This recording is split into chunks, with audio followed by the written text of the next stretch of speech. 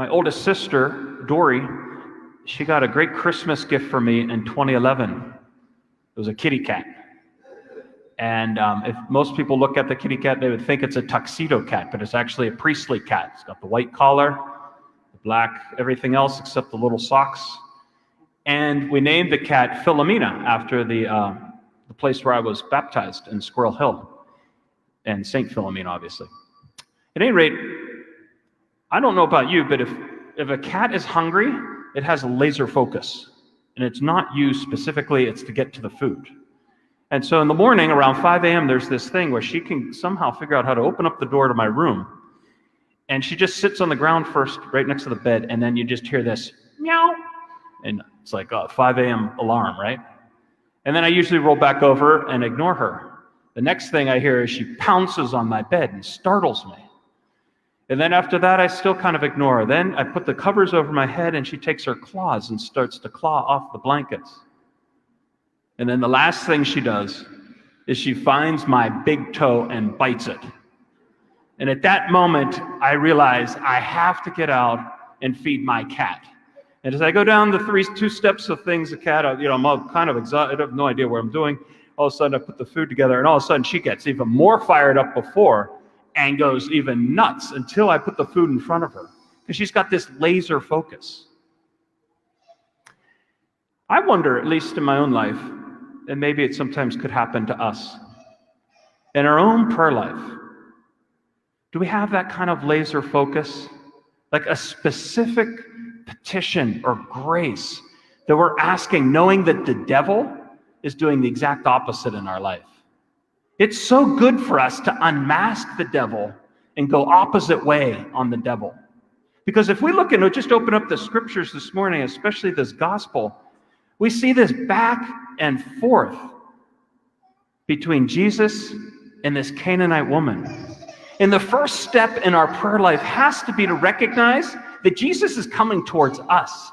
God makes the first step in our life. He's the one who had most of us baptized. He's the one who has come into our life. He's created us. He's given us all of our gifts and our talents. He's put into our heart this deep desire we have to live forever, to experience love, to feel secure. All those things that are in the depths of our heart, the goodness of our heart, he's placed them there. And Jesus steps into the neighborhood. He steps into the space where this Canaanite woman is. Just as you step into this space today, Jesus was already here. And he already wanted to encounter you here. Everything in your life right now is pointing to this moment where Jesus Christ wants to encounter you. But the problem becomes when we walk into Mass, at least for me this morning, I was more worried about what I was eating and all this stuff. What is your petition? Like, what is in the depths of your desires right now that you're concretely asking Jesus to bless or to move out? Or something that you really, really want, knowing that everything else is secondary until you get this petition. And typically what happens to us is, we get a nice thought of, I'd like to pray for this. And then the devil distracts us. And the devil gets us away from it. And what does she ask? Very concrete. My daughter is tormented by a demon. She presents to Jesus the problem. Where are we tormented by a demon in our lives? Maybe there's a relationship in our family. Maybe there's a spouse. Maybe there's a workplace. Maybe it's this COVID-19 thing. I don't know. But I guarantee that just as we're all wearing masks, we've got to unmask the devil and say, Jesus, right here it hurts. Jesus, right here I need healed. Jesus, right here is where I'm getting attacked. This is where my family's being attacked.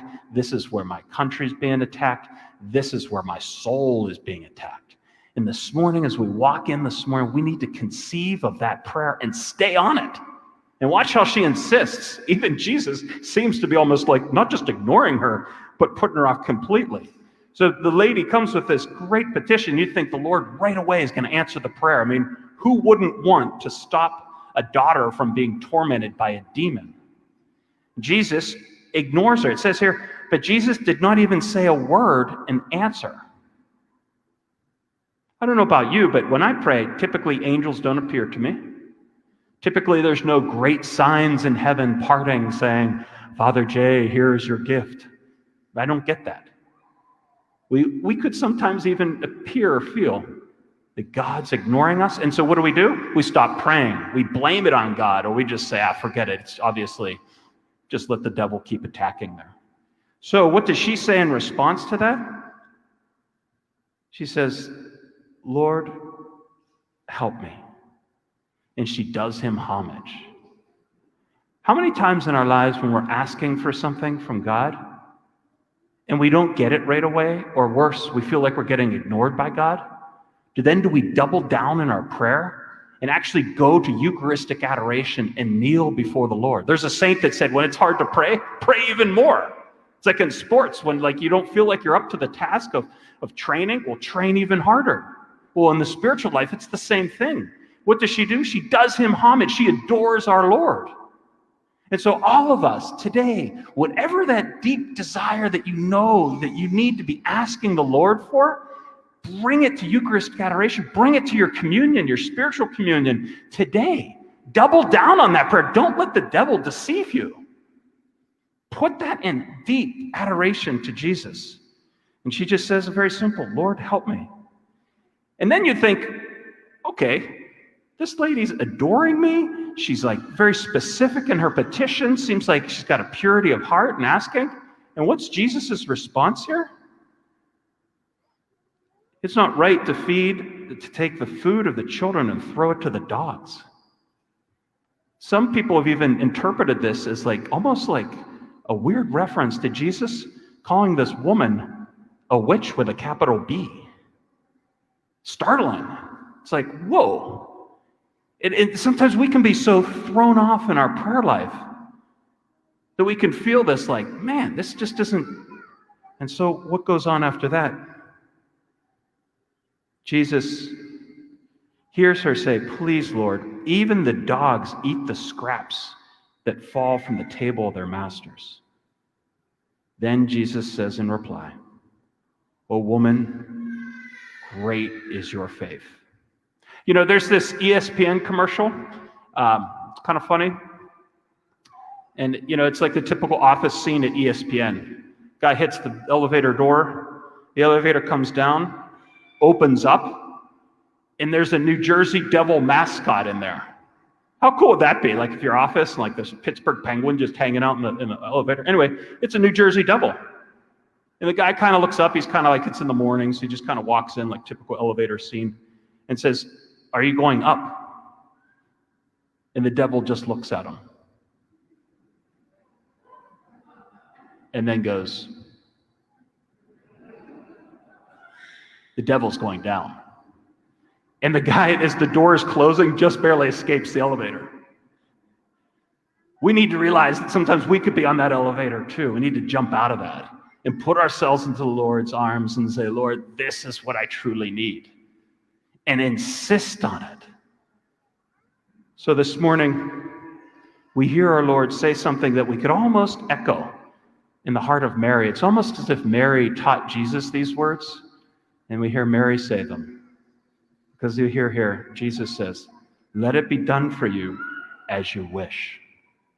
This weekend dedicated to Our Lady of the Assumption, August, a great moment to just revel in the beauty of Mary, and knowing that Ark of the Covenant, whenever she's on our side, just like in Jerusalem, in the old days, in the Old Testament days, whenever the Jewish people had to do battle with the demons that were around them and the different tribes out there, if they had the Ark of the Covenant in the battle, they'd always win.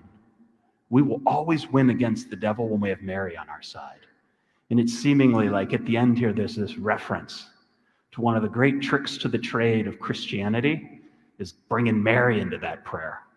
And so as we adore our Eucharistic Lord, it's as if we need to hold Mom's hand and knowing that if Mary's there, the Ark of the Covenant, this battle against the devil will be won by God. Let us focus in today on that one petition, that deep desire that perhaps we have in our hearts, and don't ever stop insisting. And don't leave Mass today without knowing exactly what it is that you're asking the Lord, and insist on it this week. Let's stand for the creed.